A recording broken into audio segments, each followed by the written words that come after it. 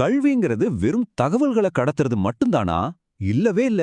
உண்மையான கல்வி ஒருத்தரோட நம்பிக்கையே அடியோட மாத்தக்கூடியது. அப்படி ஒரு ஸ்பெஷலான ஆன்லைன் கல்வி திட்டம் மக்களோட நம்பிக்கையில எப்படி ஒரு பெரிய தாக்கத்தை ஏற்படுத்துச்சுன்னு தான் நாம இப்போ பார்க்க போறோம். வாங்க, இந்த மாற்றத்தோட பயணத்தை நாம சேர்ந்து ஆராயலாம். பாருங்களேன், இந்த ஒரு வரிய போதும் இந்த திட்டத்தோட ஆழத்தை புரிஞ்சிக்க. முகமது அப்துல்லாவோட இந்த அனுபவம் என்ன சொல்லுது? இது வெறும் ஒரு கோர்ஸ் இல்ல, இது சந்தேகங்கள்லேருந்து தெளிவை நோக்கிய ஒரு தனிப்பட்ட பயணம்னு காட்டுது. இதுதாங்க இந்த திட்டத்தோட உண்மையான வெற்றி.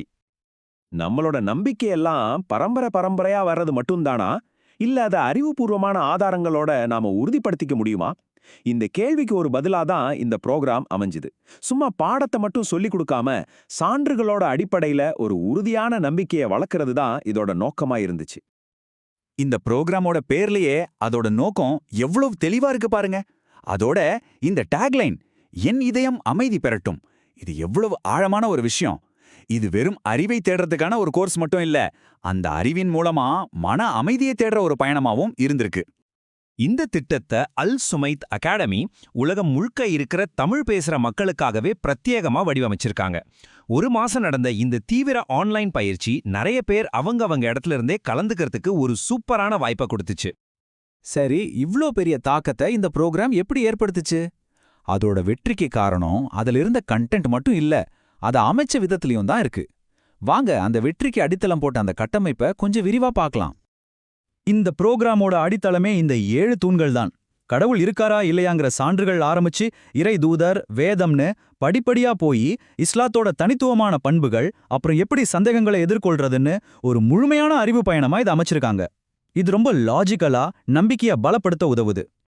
இங்க கத்துக்கிற முறை ரொம்பவே இன்ட்ரெஸ்டிங்கா இருந்திருக்கு. தினமும் வீடியோ பாடங்களை பார்க்கணும், பார்த்தோன்னே வாட்ஸ்அப்ல அது சம்மந்தமா 2 கேள்விக்கு பதில் சொல்லணும், அப்புறம் வாரம் லைவ் ஒர்க் ஷாப்ல கலந்து பேசணும்னு. அதாவது கத்துக்கிறத 3 லெவல்ல உறுதி செய்யப்பட்டிருக்கு. இதனால எல்லாரும் சும்மா பார்த்துட்டு போகாம ரொம்ப ஆக்டிவா இதுல ஈடுபட்டிருக்காங்க. இந்த ப்ரோக்ராமோட டிசைன் சூப்பரா இருந்துச்சு, சரிதான். ஆனா அது உண்மையிலே வேலை செஞ்சதா?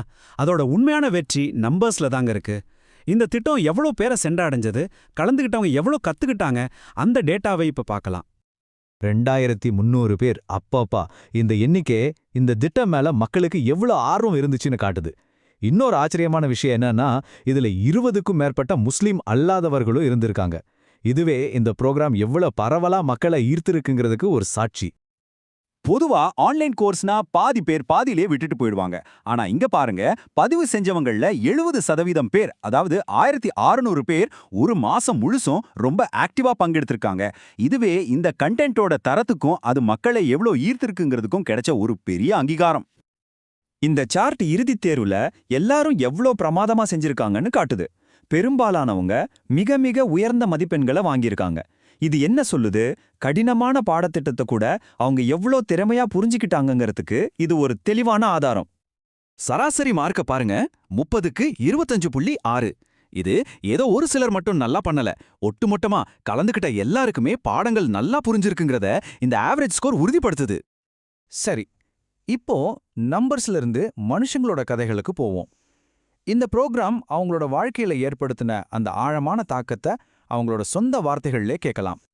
ஒரு புதிய நம்பிக்கையை ஏத்துக்கிறதுங்கிறது ஒரு பெரிய பயணம். அந்த பயணத்துல பல கேள்விகள் வரும். 10 வருஷமா இஸ்லாம்ல இருக்கிற ஒருத்தருக்கு இந்த ப்ரோக்ராம் அவரோட நீண்ட நாள் கேள்விகளுக்கு முழுமையான தெளிவான பதில்களை கொடுத்து அந்த நம்பிக்கை பயணத்தை இன்னும் உறுதியாக்கியிருக்கு. இது எவ்வளவு முக்கியமான விஷயம் பாருங்க. ஒரு டீச்சர் கத்துக்கிட்ட விஷயம் அவங்களோட நிக்காது, அது அவங்க மாணவர்கள் கிட்ட கொண்டு போவாங்க. அப்படி பார்க்கும்போது இந்த ப்ரோக்ராமோட தாக்கம் பல மடங்கு அதிகரிக்குது. அறிவு ஒருத்தர்கிட்ட இருந்து பல பேருக்கு பரவுது. பதில் சொல்ல முடியாதப்போ நான் கோபப்படுவேன். நீங்க பகிர்ந்த அறிவு என் ஆளுமையே முழுசா மாத்திருச்சு. இத கொஞ்சம் கவனிங்க. இது வெறும் அறிவை கத்துக்கிட்டது மட்டும் இல்ல, ஒருத்தரோட குணத்தையே மாத்துற அளவுக்கு சக்தி வாய்ந்த அனுபவமா இருந்திருக்கு. அறிவு, பொறுமையும் தன்னம்பிக்கையும் வளர்த்திருக்குங்கிறது தான் இந்த திட்டத்தோட மிக ஆழமான வெற்றி. இவ்வளவு பெரிய வெற்றிக்கு பிறகு அடுத்து என்ன? ஒரு சிறந்த திட்டம் அதோட நின்னுடாது. அது தன்னோட அனுபவங்கள்ல இருந்து கத்துக்கிட்டு தன்னை இன்னும் மேம்படுத்திக்கும். இந்த ப்ரோக்ராம் எதிர்காலத்துக்காக என்ன பாடங்களை கத்துக்கிட்டதுன்னு பார்ப்போம். எந்த ஒரு நல்ல திட்டத்துக்கும் அடையாளம் அதோட வெளிப்படை தன்மைதான். இங்க அதிக ஈடுபாடு மாதிரி வெற்றிகளை கொண்டாடுற அதே நேரத்துல எல்லாரும் ஒரே மாதிரி கல்வி பின்னணியில இருந்து வரலைங்கிற மாதிரி சவால்களையும் அவங்க நேர்மையா ஏத்துக்கறாங்க. இந்த சுய பரிசோதனை தான் எதிர்கால வளர்ச்சிக்கு வழிவகுக்கும். அந்த சவால்களுக்கு தீர்வா இதோ ஒரு தெளிவான ஆக்ஷன் பிளான். இது சும்மா அடுத்த லெவல் கோர்ஸ் மட்டும் இல்ல, வருஷம் முழுக்க தொடர்ற ஒரு ரீடிங் கிளப், சந்தேகங்களை கேட்க ஒரு நிரந்தர பிளாட்ஃபார்ம், முக்கியமான பாடங்களோட சுருக்க கையேடுன்னு கத்துக்கிறத ஒரு தொடர் அனுபவமா மாத்த அவங்க திட்டமிட்டிருக்காங்க. கடைசியா இந்த ஒரு கேள்வியோட முடிச்சுக்கலாம். இன்னைக்கு தகவல்கள் நம்மள ஒரு பெருமழை மாதிரி சூழ்ந்திருக்கு. ஆனா இந்த தகவல் வெள்ளத்துல உண்மையான ஆழமான அசைக்க முடியாத நம்பிக்கைய நாம எப்படி வளர்த்துக்கிறது? இந்த புரோகிராம் அதுக்கு ஒரு வழியை காட்டியிருக்கு. உங்களுடைய வழி எது?